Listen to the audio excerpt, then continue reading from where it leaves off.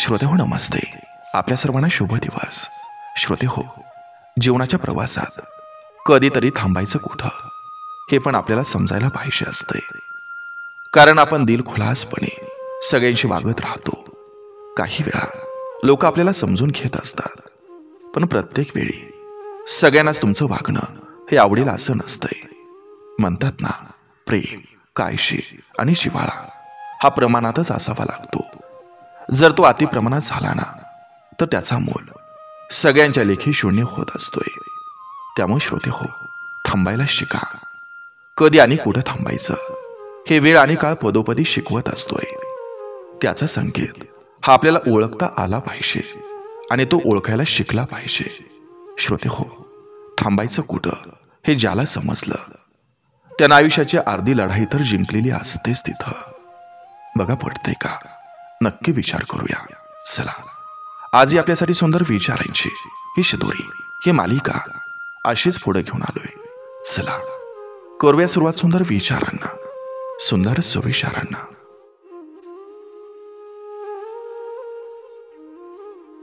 नाती त्यांच्या सोबतच जोडा ज्यांना तुमच्याविषयी खरं प्रेम आहे, जिव्हाळा आहे, आदर आहे आणि आपुलकी. नाहीतर पैसा पाहून तर भिकारी सुद्धा जवळ येतो. लांब जीव आणि लांब धागा नेहमी अडकतात. समस्येचा सामना करण्यासाठी धागा गुंडाळा आणि जीभ नियंत्रणात ठेवा. वाईट दिवस आलं की बुद्धी सुद्धा गवत चरायला जाते. माणूस प्रयत्न करून सुद्धा योग्य निर्णय घेऊ शकत नाही. म्हणूनच म्हणतात, माणूस वाईट नसतो, त्याचा काळ वाईट असतो.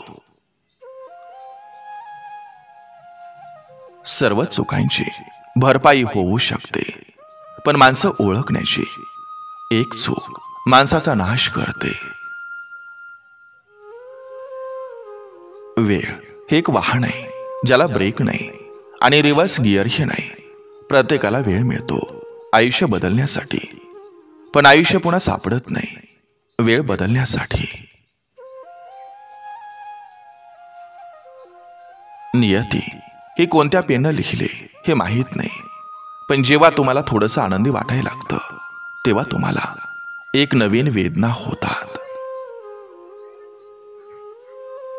लोक काय म्हणतात याचा विचार करू नका, कारण ते तर अपयशी लोकांची चेष्टा आणि यशस्वी लोकांचा राग करत असतात.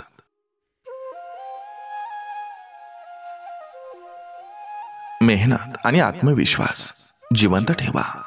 जे आज हसतात ते उद्या टाळ्याही वाजवतील. तुमचा अपमान करणाऱ्यांना उत्तर देण्यात वेळ वाया घालवू नका. स्वतः शांतपणे आणि सातत्याने मेहनत करत राहा, कारण एक दिवस तुमचं यशच त्यांना तुमचा सन्मान करायला भाग पाडेल.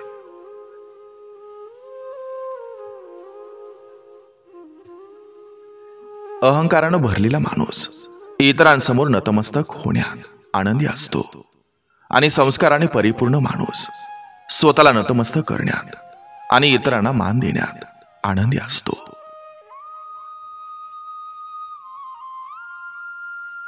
जर विसरून जाणं सोपं असतं तर आठवण नावाचा शब्द हा नसताच. जग बदलायचं असेल तर आधी स्वतःमध्ये बदल घडवा, कारण बदलाची सुरुवात आपल्यापासूनच होते. टाकलेलं पाऊल मागं घेऊ शकत नसाल तर टाकलेल्या पावलाला योग्य ठरवा. कुणाच्या तिरस्कारामुळं स्वतःचं नशीब फुटकंय असं समजू नका. काही लोकांना माणसं ओळखण्याची पारख नसते. विजयापूर्वी आनंद साजरा करू नका, कारण एक सेकंद सुद्धा खूप महत्वाचा असतो. घाव जरी जुनं झालं तरी घाव देणाऱ्याला कधीच विसरायचं नसतं.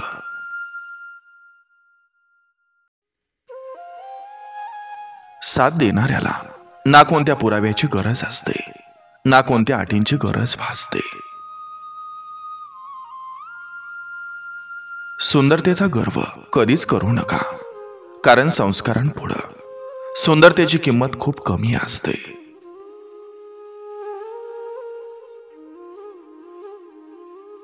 ज्ञानी आणि अज्ञानी दोघांचीही समजूत काढता येते, परंतु अभिमानी आणि अहंकारी माणसाला कोणीही समजावू शकत नाही.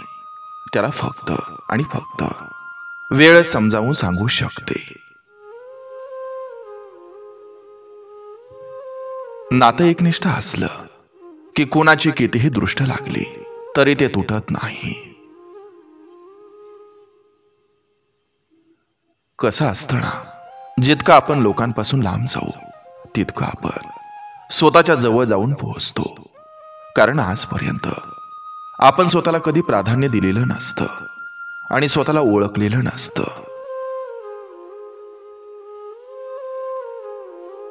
आपल्या देहासाठी आज त्याग केला नाही तर उद्या देहाचा त्याग करावा लागेल.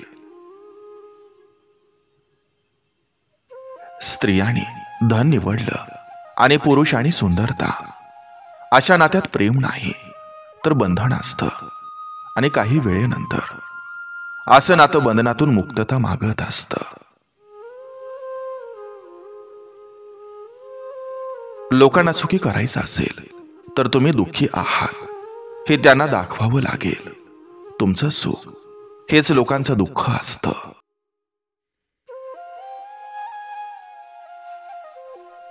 मांडलेला खेळ खेळत राहणं खूप कठीण आहे.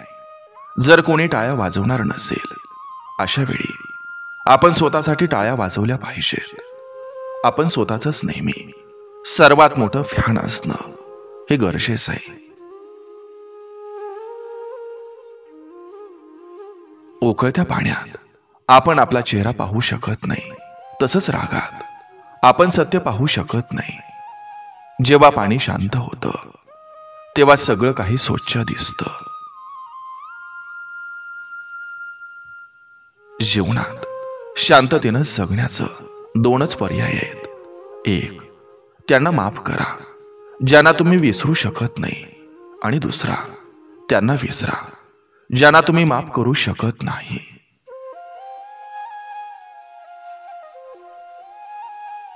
शहाणा माणूस मनाचा मालक असतो, तो मनाला नियंत्रित करतो. मूर्ख माणूस मनाचा गुलाम असतो, मन त्याला नियंत्रित करतं. आपण अशा ठिकाणी प्रगतीची अपेक्षा करू शकत नाही जिथं आपण कधीच काही मेहनत केली नाही.